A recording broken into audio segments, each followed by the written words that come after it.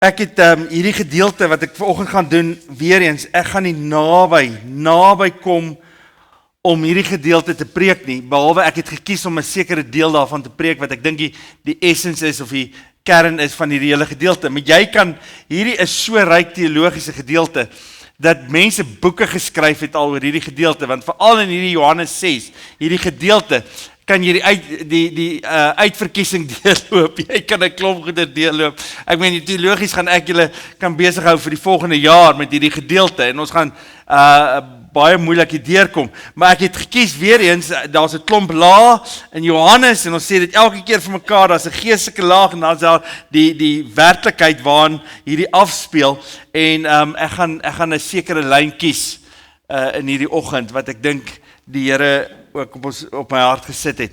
Susanne, is ek reg? Kan ek het gewaag, ek beloof jou. Ek het net 'n prep gegee. Okay. Ja, is wonderlik om wat terug te hê. Ja. Julle almal is bly sy's terug, hoor. Iemand sê ek lyk soos 'n wat het iemand gesê? Soos wat so hond lyk ek as jy nie is nie? 'n Basset. Ja. Dankie, Henry. Alright. Kom ons lees die gedeelte, Johannes 6 vers 22. Die mense wat oor kan die see was, het gesien dat daar net een skytjie is, en geweet dat Jesus nie saam met sy disippels in die skyt geklim het nie, maar dat hulle alleen weggevaar het. Die volgende dag kom daar toe 'n ander skytjies van Tiberias af, aan naby die plek waar die mense die brood geëet het, nadat die Here daarvoor gedank het. Onthou jy, net voor die storm op die see het hy die brood vermeerder. Hulle kom agter Jesus is nie daar nie, hulle volg hom. Toe die mense sien dat Jesus nie daar is nie, en sy disippels ook nie, het hulle in die skytjies geklim en na Kapernaum toe gevaar op soek na Jesus. En toe hulle hom oor kan die see kry, vra hulle vir hom, Rabbi, wanneer het u hierheen gekom? Jesus antwoord hulle, dit verseker ek julle, julle soek my, nie omdat julle die wondertekens gesien het nie, maar omdat julle van die brood geëet het en versadig geword het. Julle moenie werk, en hier is ons gedeelte, julle moenie werk vir die voedsel wat vergaan nie, maar vir die voedsel wat nie vergaan nie, en wat ewige lewe gee. Dit sal die Seun van die mens vir julle gee, want God die Vader het hom die mag daartoe verleen. Hulle vra hom toe, wat moet ons doen om te doen wat God van ons verlang? Eintlik hierdie Griekse vertaling sê, die Griek sê eintlik, wat se werk moet ons dan doen om hierdie brood te kry? En Jesus antwoord hulle, wat God van julle verlang, is dat julle moet glo in hom wat hy gestuur het. Hulle sê toe vir hom, wat 'n wonderteken kan hy doen, sodat ons dit kan sien en in hy glo? Wat gaan hy doen? Wat se werk gaan hy doen? Dis weer die Griekse woord. Hy speel die hele tyd met werk in die hele gedeelte. So hartseer dat die vertaling 'n bietjie, julle het die vertaling video gekry, maar dis hartseer dat die vertaling hier wegvertaal het, want die hele tyd word werk hier genoem. Wat 'n werk sal jy vir ons doen, dat ons sal weet jy kom van die Vader af? Interessant, hulle het nou net dit gesien. Hulle het nou net die vermeerdering van die brood gesien. Nou soek hulle nog 'n teken. En in Markus staan daar, Jesus het hulle geantwoord en gesê, net 'n goddelose geslag vra vir nog 'n teken. En geen teken sal vir hulle gegee word nie, behalwe die teken van Jona. Want soos Jona 3 dae in die vis was, sal ek 3 dae in die graf wees en dan opstaan. Maar hierdie hele ding van, ons soek net nog 'n teken. Wat gaan hy doen? Wat se werk gaan hy doen? Ons voorouers het manna in die woestyn geëet, soos daar geskrywe staan. Hy het aan hulle die brood uit die hemel gegee om te eet. Jesus het hulle geantwoord, dit verseker ek julle, dis nie Moses wat vir julle die brood uit die hemel gegee het nie, maar dit is my Vader wat vir julle die ware brood uit die hemel gee. Die brood wat God gee, is hy wat uit die hemel kom en aan die wêreld die lewe gee. Hulle sê te vir hom, meneer, gee ons tog altyd hierdie brood. Onthou julle die Samaritaanse vrou? Ek kan vir jou water gee, wat jou nooit weer sal dors hê. Here, gee vir my hierdie water. Maar Jesus sê vir hulle, ek is die brood wat die lewe gee. Wie na my toe kom, sal nooit weer honger kry nie, en wie in my glo, sal nooit weer dors kry nie. Maar wat julle betref, ek het reeds gesê, julle sien my, en tog glo julle nie in my nie. Elkeen wat die Vader vir my gee, sal na my toe kom, en ek sal hom wat na my toe kom, nooit verwerp nie. Ek het van die hemel afgekom, en nie om my wil te doen nie, maar die wil van hom wat my gestuur het.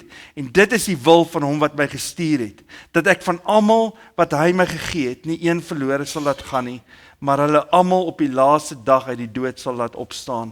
Dit is die wil van my Vader, dat elkeen wat die Seun sien en in hom glo, die ewige lewe sal hê, en ek sal hom op die laaste dag uit die dood laat opstaan. Hier is 'n Ons gaan nog lekker lank gesels oor hierdie gedeelte. Nee, dis jou favorite. Okay, wonderlik, jy's voorberei. Ek wil ek wil praat oor hoekom werk jy? Hierdie Jesus se vraag is, moenie werk vir dit wat julle toe hulle oor die oorkant kom, die see kry, vra hulle vir hom, Rabbi, wanneer het jy hierheen gekom? Dan sê hy, dit verseker ek julle soek my nie omdat julle die wondertekens gesien het nie, maar omdat julle van die brood geëet het en versadig geword het. Julle moenie werk vir die voedsel wat vergaan nie, maar vir die voedsel wat nie vergaan nie en wat die ewige lewe gee. Dis ons gedeelte. Hoekom werk jy? Kan ek gou vir jou vra? Hoekom werk jy? Wie werk al? Okay. Wie het al op 'n stadium hulle werk? Nee, moenie ja, dit sal 'n bietjie meer. Maar dit is sleg om jou werk te verloor. Ek weet daar was 'n tyd in my lewe wat ek werkloos was vir so 'n paar maande, vir 'n maand of so. Dis 'n terrible ding. Jy staan op en jy weet nie wat jy gaan doen nie. Hoekom werk jy, Martin? Hoekom dink jy staan jy elke liewe oggend op, gaan na 'n plek toe wat miskien van julle wie geniet hulle werk op hierdie stadium in 'n lewe? Wie geniet nie hulle werk nie? As jou basie is, moenie jou hand opsteek nie, verstaan jy? Meeste mense gaan daar werk toe, omdat wat wil hulle doen? Interessant, die definisie wat Google vir my gee is die volgende.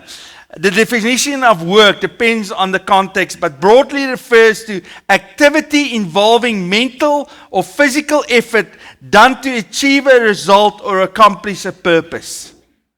So wat wil jy accomplish? Jy het ooit dit gedink? Sta elke oggend op, gaan werk toe, wat wil jy accomplish? Wat is die purpose van werk? Nie antwoord nie. Niemand 'n antwoord nie. Okay, hou my oomblik net daar. Natuurlik is daar 3 gevare van werk. Party mense werk want hulle hou van hulle werk en hulle is alkoholisties in hulle werk. Jy al gehoor van 'n workaholic? Enige iemand 'n workaholic hier? Jy kan net nie afskakel nie. Jy staan op die oggend, dink aan die werk, jy aankom jy terug, jou vrou sê los die rekenaar en jy kan nie Renée, hoekom lag jy vir Martin? Jy altyd lag vir hom. Alright. Hulle is workaholics, hulle love hulle werk, hulle staan op, dink aan werk, kan nie wag om by die werk te kom nie, kan nie wag om goeders te doen nie. Verstaan jy? Alles wat jy doen is jou werk, verstaan jy? Dan is daar mense natuurlik wat 'n bietjie luier is. Hulle doen dit maar net want as hulle nie dit doen nie, gaan hulle net doodgaan van die honger. So dis al hoekom hulle doen. Hulle dink by hulself, Christus, ek gaan hier deur gaan en ek gaan maar my, jy weet, doen wat ek moet doen. En dan kry jy, soos iemand gesê het, wat doen jy? Gewoonlik, interessant genoeg, werk kan 'n identiteit ook word. En in ons dag is dit 'n geweldige identiteit. Wat is die eerste vraag wat mense vir jou vra, nadat hulle vir jou gevra het, wat is jou naam? Wat doen jy?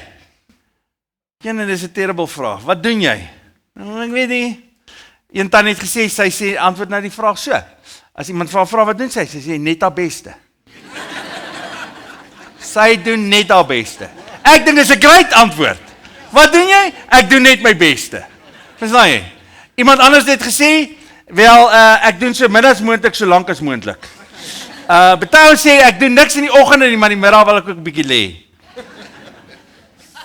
So met het hierdie 'n bietjie luiheid en dan verstaan jy, hulle doen net wat hulle dink hulle moet doen. Die vraag is oor hoekom ons werk, gaan baie keer oor die volgende. Ons wil net kos op ons tafel hê. Wie werk vir kos op hulle tafel? Jou man sê die hele tyd, luister. Okay, baie ons werk nie net vir kos op hulle tafel nie, want dan sê jy man, luister, jy's nie daai rokkie gedra het as ek nie gewerk het nie, hoor. So hou op moan oor my werk. Wie het daai ding al geprobeer? Dit is 'n terrible ding om te sê. Maar baie keer werk ons vir iets anders as net kos. Dis die amazing ding. In Jesus se tyd was die basiese loon is 'n denarius 'n dag, verstaan jy? So mense het gewerk letterlik om net brood op hulle tafel te sit. Hongersnood was altyd om die draai gewees in daai tyd.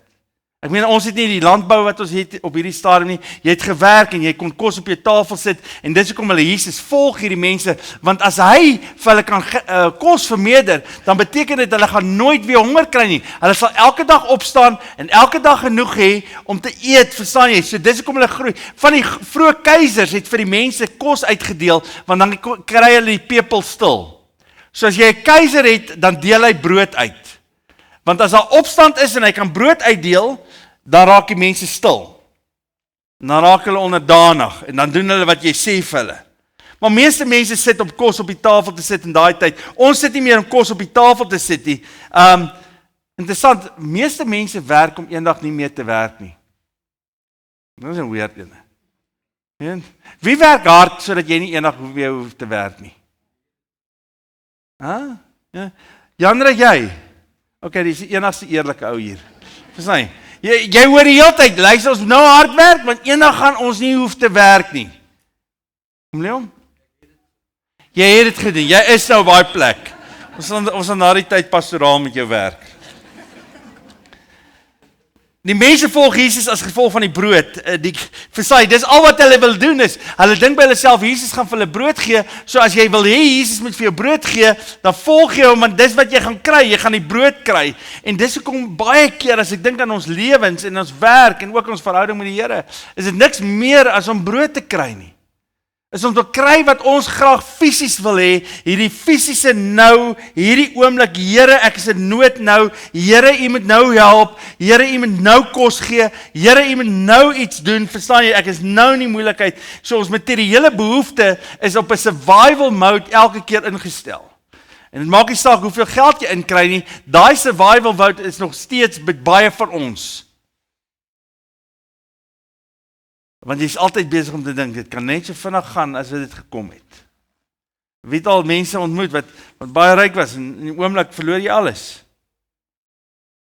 So daai ding dryf meeste mense se werk. Jy weet, hulle is die hele tyd besig om te dink aan môre en wat gaan ek môre doen? Want môre moet ek meer kry, want dan kan ek vir 'n jaar lank lekker rustig lewe. Die ryk dwaas, wat was die ryk dwaas se ding? Die oomblik toe hy hierdie massive groot oes kry, wat sê hy vir homself? Jy het nou goed gedoen, nou kan jy terugsit, skure groot bou, is dan jy net terugsit en kyk hoe het geld maak. Man, wie wil daar wees? Wie werk vir daai tyd? Jy weet? Okay, niemand nie. Alright, dan is ek op die verkeerde plek, sorry. Maar daar's iets anders, daar's 'n werk as 'n roeping. En dis wat Jesus eintlik hier bedoel, as hy praat, moenie werk, julle moenie werk vir die voedsel wat vergaan nie, maar vir die voedsel wat nie vergaan nie, en wat ewige lewe gee. Dit wil sê, die werk wat ons moet doen, is 'n roeping wat ons het. Adam was die eerste ou wat geleef het, en God gee vir hom 'n roeping. Wat is sy roeping? Jy moet werk. Jy moet die grond bewerk, dis wat jy doen. Jy doen dit want jy gaan kos kry. Die Bybel het 'n geweldige werksetiek. Ons praat ons baie van Calvinistiese werketiek. Het julle al daarvan gehoor?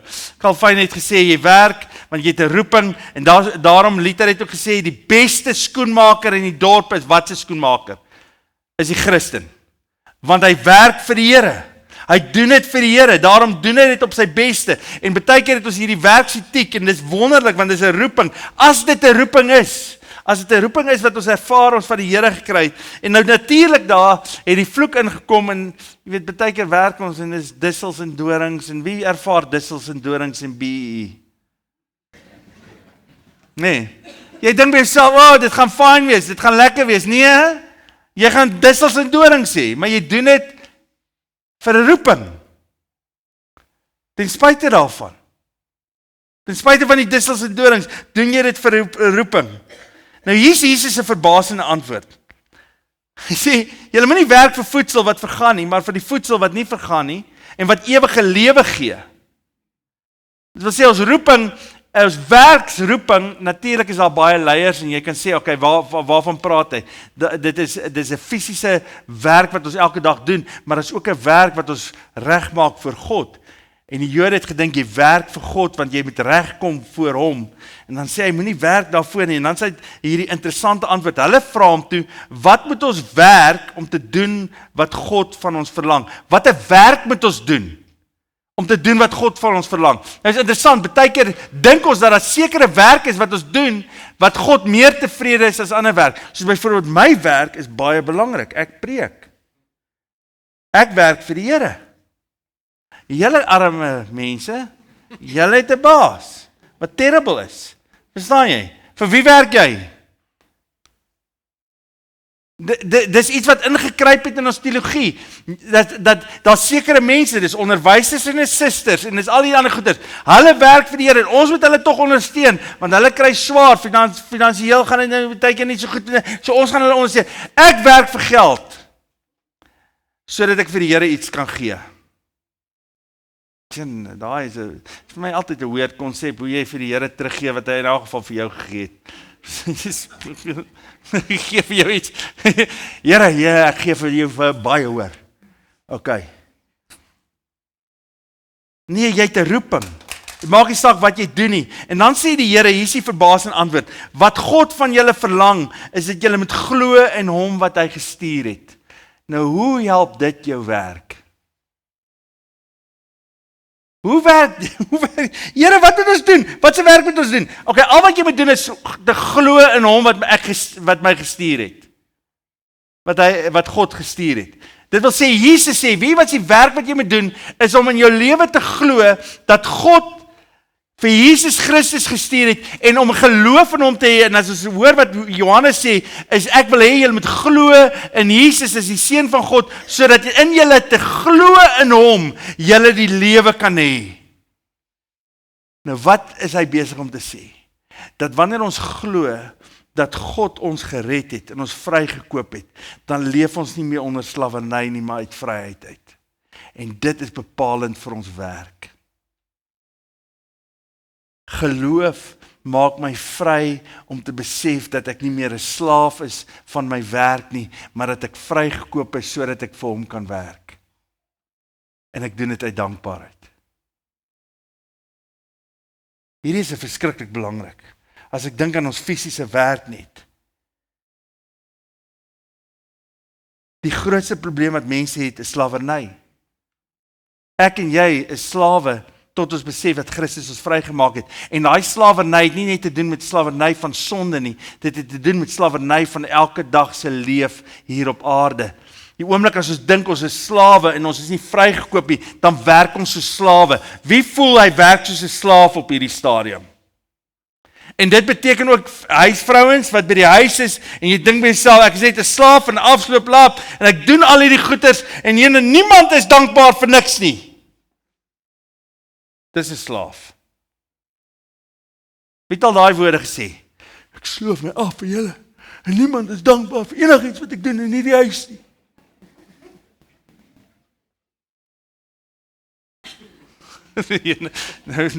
OK, kom ons gaan weg daarvan. Ek sien ek het 'n paar tone raak getrap hier. Sorry maas. Julle mag dit baie keer doen. Jy sien, Israel het 'n slawerny mentaliteit gehad. Want hulle vraag is die volgende: wat kry ek uit hierdie werk uit? Ek het nou hard gewerk, nou wat kry ek uit? Hoekom verlang hulle elke keer terug Egipte toe met sy vleispotte en sy vis en al die brood wat hy gehad het? Hoekom verlang hy terug daarna? Want hy dink by homself, daar is daar 'n uitkoms in dit wat ek ingesit het. Kry ek uit. En God wil hulle leer dat ek insit in julle. Ek julle vrygekoop. En daarom leef julle uit dankbaarheid en ek gee vir julle genoeg elke liewe dag. En julle is nie meer slawe nie. Julle word nie gedryf nie. Julle word nie geslaan nie. Weet wat 'n interessante ding vir baie keer dink ons by onsself, daar seker ouens, ek het al mense gehoor wat gesê het, jy moet nooit vir 'n baas werk nie. Wie leer hulle kinders jy moet nooit vir 'n baas werk? Dis nie verkeerd nie, so jy kan jou hand opsteek. Wie leer hulle kinders jy moet net nie vir 'n baas werk nie. Die oomblik as jy vir 'n baas werk, word jy 'n slaaf. Ek dink jy word 'n slaaf van iets wat jy dink gaan jou gee wat jy graag wil hê. Dis wanneer jy 'n slaaf word van jou werk, want jy werk omdat jy dink die uitkoms is belangriker as die roeping wat jy het wanneer jy dit doen. Hoor julle wat ek sê? 'n Slaafmentaliteit werk omdat hy dink hy moet iets uitkry uit sy werk in plaas dat die werk as sigself vir hom dankbaarheid is in dit wat hy klaar gekry het. As Jesus jou vrygekoop het, is jy vrygemaak om werklik te leef in dankbaarheid vir hom. En dan is die uitkoms nie belangrik nie. Jy sien, die Israel vra die hele tyd, wat kry ons uit? Israel kon nooit tevrede wees nie. Hulle is in slawerny, hulle kry manna, hulle kry eerste water uit 'n klip uit, dan sit hulle daar en sê hulle, nou gaan ons doodgaan van die water, ons het nie water nie. Dan praat Moses en sê die Here vir Moses, jy weet daar's bitter water, dan sê hy gooi jy weet iets in die water, dan word die water soet en dan kan hulle water drink. Man is nie 'n paar weke nie, wat sê hulle? Ons het net water, ons het nie brood nie. En dan sê die Here, alright, dan gaan goeders uit die hemel uitkom. Amazing. Manna. Weet jy wat beteken manna? Die woord manna, weet jy wat beteken dit? Wat is dit? So toe dit uitval, toe sê hulle, wat is dit? Toe noem hulle dit, wat is dit? Verstaan jy? Dit is 'n amazing ding. Wat is dit? Ons het vanoggend, wat is dit geëet? Partykeer het my ma sulke kos gemaak. Ay, sorry ma. Wat is dit? Verstaan jy? En nou hou nie meer van wat is dit nie. Jene, ek hou van my grappies. Hulle hou nie meer heen van wat is dit nie. Nou sê hulle, ons eet die hele tyd brood. Kan jy iets anders eet nie? Ek het so 'n paar jaar terug sit ek by een van hierdie welsynsorganisasie en 'n vrou steek haar hand op. Sy sê, iemand vra wel nou, wat is dit? Sy sê, ons het nie iets anders as witbrood en jam kry nie. En toe gee die Here vir hulle kwartels. Sê, alright, ek sê vir julle vleis gee. En hulle kry soveel kwartels. Hy sê, die Here sê, en dis die wonderlikste quote in die hele Bybel. Ek gaan vir hulle soveel vleis gee dat dit uit hulle neusgate sal kom.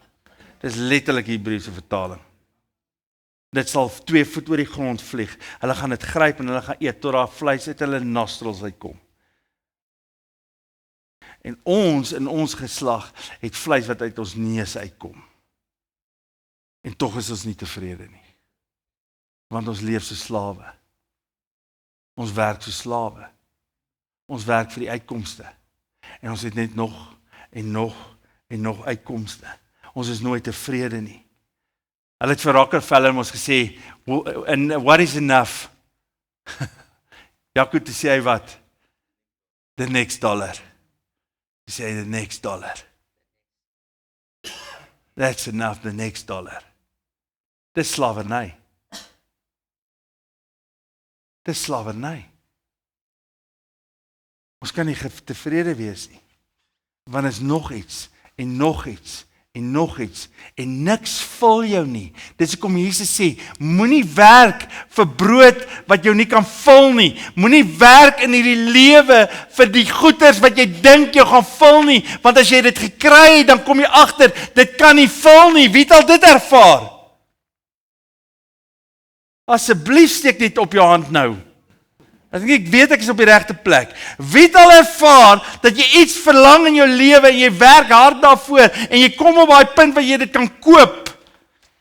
En jy dink by jouself, nou het ek dit. Net om daar agter te kom en te sien dat jou buurman iets anders te gekoop het. Jou koop is net so goed soos die buurman se koop. Langs jou. En dan is jy weer van voor af besig. Blaai gou na Psalm 78 toe. Blaai gou saam met my Psalm 78 toe. Jesus verwys hier na Psalm 78.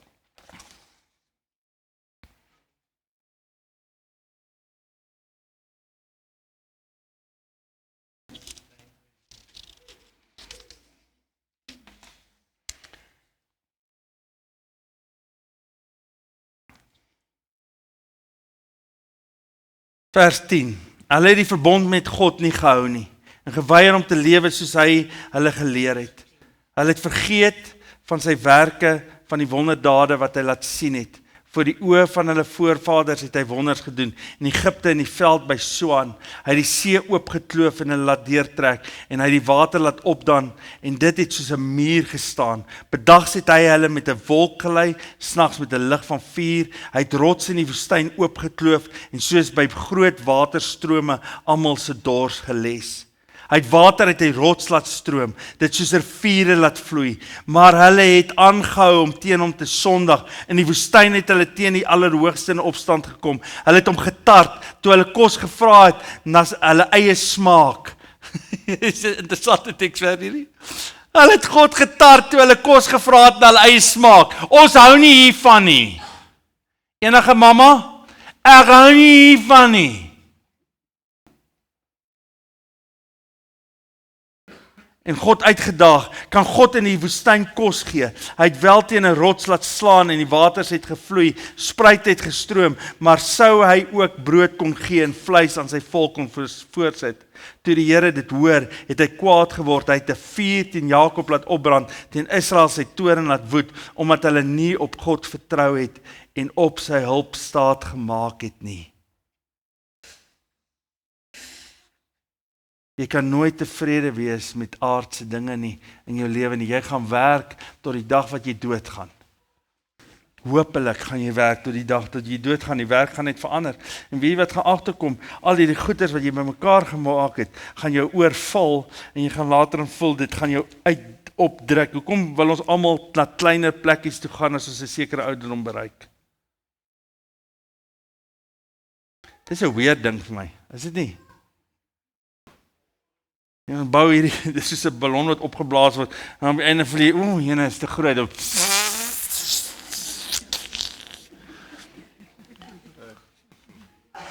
En dan kry jy al hoe kleiner goedjies en jy dink myself, ek kan nie hierdie tuin nou meer regmaak nie, ek kan nie meer hierdie ding doen nie.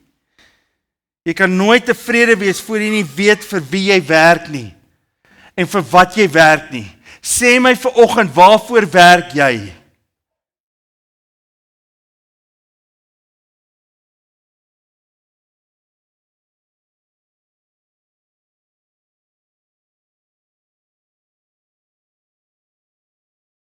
En soos die sondagskool, daar is net een regte antwoord, nê? Want ons sukkel om dit te sê, want ons weet dit is nie so nie. Dis hoekom ons sukkel daarmee. Want ons werk nie vir sy koninkryk nie.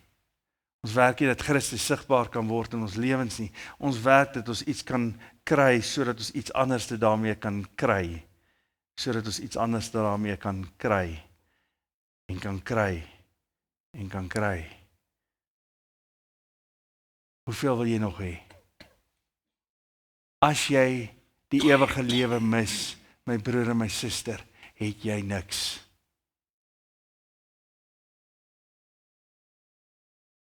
As jy nie Christus het nie, het jy niks.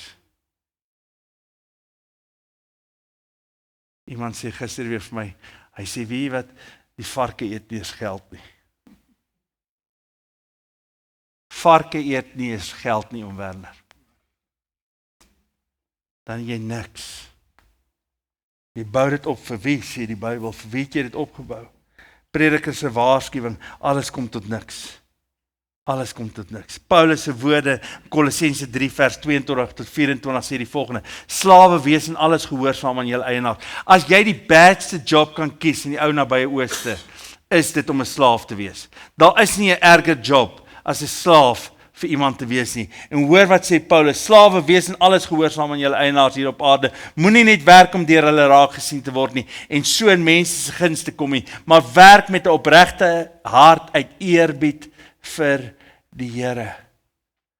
Wat julle ook al doen, doen dit van harte soos vir die Here en nie vir mense nie, omdat julle weet dat julle van die Here as beloning sal kry wat hy beloof het. Christus is die Here in wie se diens julle staan. Julle sal die beloning kry wat hy beloof het. Wat is die beloning wat hy beloof het? Johannes 6. Die ewige lewe.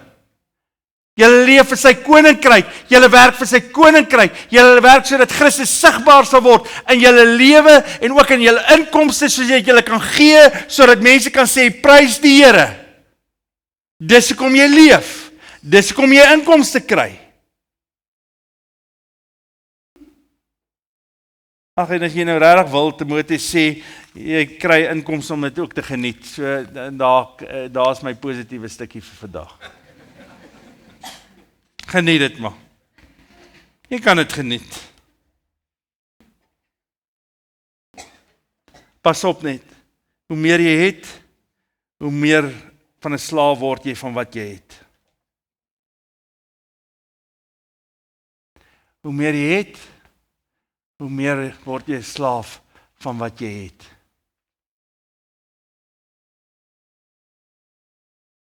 En jy hoef my nie te glo vanoggend nie.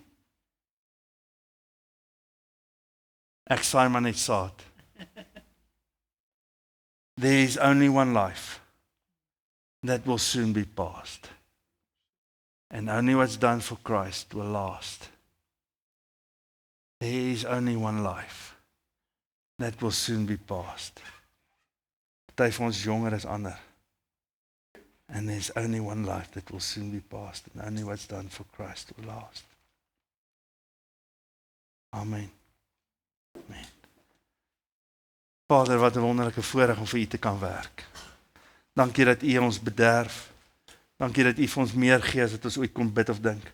Vader, help ons om te leef uit vrygewigheid en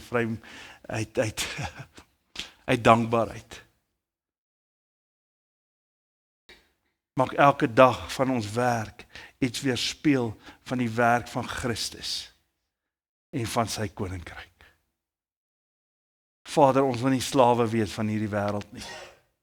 Wat vir ons 'n klomp goeders voorhou asof dit die lewe is nie. Vader, mag ons elke oggend opstaan en hard werk, want U vra van ons om hard te werk ter wille van U en vir die koninkryk. Here, alles wat ons het behoort aan U. En dit wat U vir ons gee, kan ons geniet. Ons loof en prys U daarvoor, dat ons dit ook kan geniet. Maar Vader, hierdie is tydelik. Ons wil werk vir die ewige lewe. Ons wil werk vir die ewige lewe. U is die brood van die lewe. U is genoeg. U is genoeg. Daar is niks in hierdie lewe wat my kan versadig, behalwe dit wat ek doen vir U nie. En U lewe, en U werk wat U in my lewe gedoen het nie. Daar is niks in hierdie lewe nie. Amen.